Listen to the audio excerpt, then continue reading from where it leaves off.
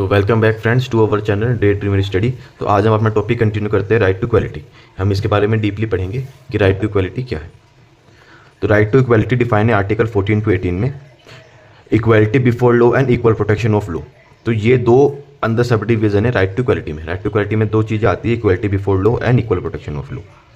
हम पढ़ते हैं, the state shall not deny any person equality before the law और equal protection of law with in the territory. ये कह रहे हैं जहाँ जहाँ इंडिया की टेरिटरी है वहाँ स्टेट डिनाई नहीं कर सकती है इक्वालिटी बिफोर लॉ और इक्वल प्रोटेक्शन ऑफ लॉ में। Equality before law is A negative concept, मतलब इक्वालिटी बिफोर नेगेटिव कॉन्सेप्ट से मतलब ये कि स्टेट की जिम्मेदारी है कि वो प्रोवाइड करे equality before law. It signifies that no one is above the law. इसका मतलब है कि कोई भी व्यक्ति कानून से ऊपर नहीं है, हर व्यक्ति कानून की निगाह में इक्वल है। The concept has been borrowed from the United Kingdom. ये कॉन्सेप्ट यूनाइटेड किंगडम से बोरो करा गया है। Constitution is based on the concept of rule of law, और हमारा कॉन्स्टिट्यूशन का जो बेस है वो बेस है रूल ऑफ लॉ पे। Essential character of rule of law are supremacy of the law, law की सुप्रीमेसी होनी जरूरी है, concept of justice, adjudication and standard of implementation. तीसरा है restriction on exclusive and disciplinary power. चौथा है डॉक्ट्रिन ऑफ जुडिशियल प्रेसिडेंस। आगे पढ़ते हैं, द कॉमन लॉ मैथोलॉजी, कि लॉ है जो इंडिया पे लोगों के एप्लीकेबल है वो कॉमन लॉ मैथोलॉजी के ऊपर बेस है। Legislature should be the property और रेट्रोस्पेक्टिव, कि ये रेट्रोस्पेक्टिव लॉ नहीं है, जहाँ से एप्लीकेबल हुआ है उसके आने वाले टाइम पे एप्लीकेबल होगा, पीरियड्स टाइम पे रेट्रोस्पेक्टिव नहीं है। Underlining moral basic of all the law, जितने लॉ है उन सबका मोरल बेसिस यही है। अब इक्वल प्रोटेक्शन ऑफ लॉ से हम क्या समझते हैं। The concept of equal protection of law has based on the section 1, 2 और 14 amendment of the constitution of the United state of America. जो यूनाइटेड स्टेट ऑफ अमेरिका का जो कॉन्स्टिट्यूशन है उसके 1 to 14 अमेंडमेंट है, उसको बेस बना के हमने इंडिया में इक्वल प्रोटेक्शन ऑफ लॉ हमने अडॉप्ट करा है। It does not mean that equal applicant of law for all the people irrespectively of their circumstances, which may are the place. It means equally as per as law circumstances, equal among equal. ये कहना चाह रहा है कि equal protection of law का मतलब ये नहीं है कि हर बंदे को इक्वली लॉ को प्रोटेक्ट करे। उसका मतलब ये है जो प्रोसीजर दिया गया है उसको पूरा फुलफिल करना चाहिए, जो उसके ऊपर चार्ज लगे हैं उनको पूरी तरीके से लीगल कार्रवाई पूरा चलना चाहिए उनके ऊपर। अब हम डिफरेंस करते हैं, इन दोनों में डिफरेंस क्या है। इक्विटी बिफोर लॉ और equal protection of law. The concept of equity before law is a British concept. Equality before law concept है ब्रिटिश का, और equal protection of law concept है अमेरिकन कॉन्सेप्ट है। The concept can noted be absence on a specific privileges in favour of a person. ये कहता है किसी भी पर्सन को, ये कह रहा है कि लॉ को किसी को भी अननेसेसरी फेवर नहीं करना चाहिए, हर बंदा इक्वल है कानून की निगाह में। दूसरा, the concept can note the equality of the treatment under the equal circumstances both in the privileges condition and liability impose by the law. ये कह रहे हैं कि हर बंदे को इक्वली ट्रीट करना प्रूव नहीं है, किसी पर्सन को कोई प्रिविलेजेस दी गई है या इम्यूनिटी दी गई है, हमें उसका भी ध्यान रखना चाहिए। दूसरा कहते हैं, define the equality subsection of all the person of the ordinary law of the land administration by ordinary court of law. तो ये कह रहा है कि जो भी कोर्ट ऑफ लॉ है जहाँ पे जिसका काम होता है कॉन्स्टिट्यूशन पे एज ए गार्जियन निगाह रखना कि और लॉ को सही फॉलो कर रहे हैं, वो चीज़ करना जो जुडिशरी का काम है, कोर्ट का काम है, वो इस पर रेगुलर चेक करे। और इक्वल प्रोटेक्शन ऑफ लॉ में क्या कह रहा है, define the similar application of the same law to all the person who are similarly situated. ये कह रहा है कि किसी पर्सन को कोई इम्यूनिटी दी गई है तो उसका भी हमें ध्यान रखना चाहिए।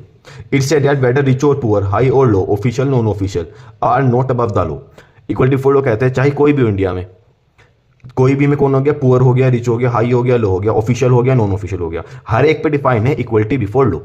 और इक्वल प्रोटेक्शन ऑफ लॉ क्या कहता है, it's said that likely should be treated likely without any discrimination. ये कहना चाह रहा है जिसके पास जो राइट है, जो इम्यूनिटी है, क्या कोई भी प्रिविलेजेस है, उसको उस हिसाब से हमको देखना चाहिए। ठीक, फिर आगे ये बात करते हैं article 15, prohibition of discrimination on the ground of religion, race, caste and place of birth. आप किसी भी इंसान को डिस्क्रिमिनेट नहीं कर सकते हैं इन चीज़ों की बेस पे। कौन कौन सी, रिलीजन हो गया, रेस हो गया, कास्ट हो गया और प्लेस ऑफ बर्थ हो गया।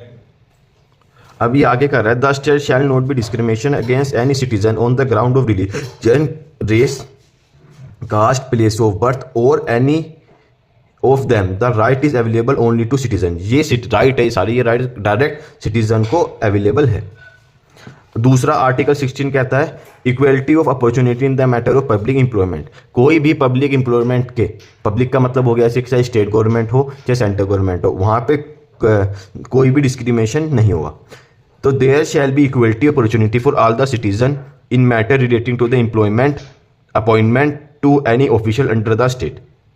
No citizen shall on the ground of, ये जो हमने ऊपर पढ़े थे, इन पे डिस्क्रिमिनेट नहीं होना चाहिए। Be inheritable for discrimination against the respective of any employment officer under the state, this right is available only to citizen. ये राइट सिटीजन ही एक्सेप्ट करेगा, पर इस चीज़ के एक्सेप्शन है, क्योंकि यहाँ पर यह कह रहा है कि ये राइट खाली मतलब जो भी स्टेट की वैकेंसी आएगी उसकी इक्वल अपॉर्चुनिटी मिलेगी, पर इसके एक्सेप्शंस पढ़ते हैं।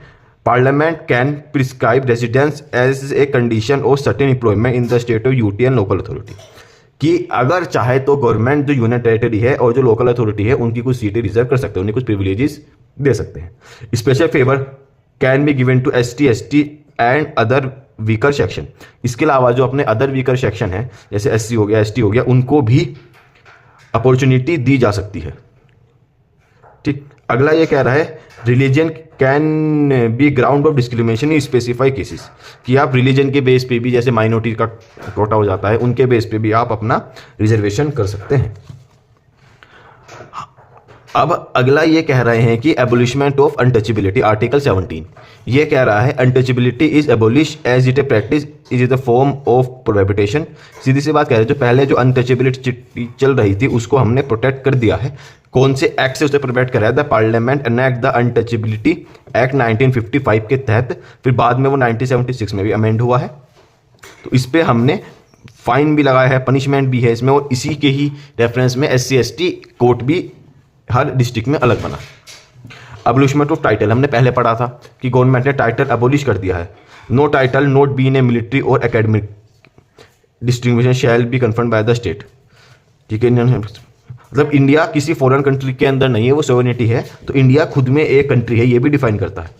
No person not the citizen of India shall while holding an office और trust under the state except with the concern of the president title from the foreign state, कि सिर्फ government के पास right है कि वो अपनी ऑफिस किसी other country में खोल सके और किसी प्राइवेट पर्सन को कोई राइट नहीं। तो यहाँ हमारा ये article 14 to 18 right to equality, जो हमारा फर्स्ट फंडामेंटल राइट थी, यहाँ ये हमारा कंप्लीट हो गया है। अब हम नेक्स्ट लेक्चर में करेंगे right to freedom. So thank you friends and have a nice day.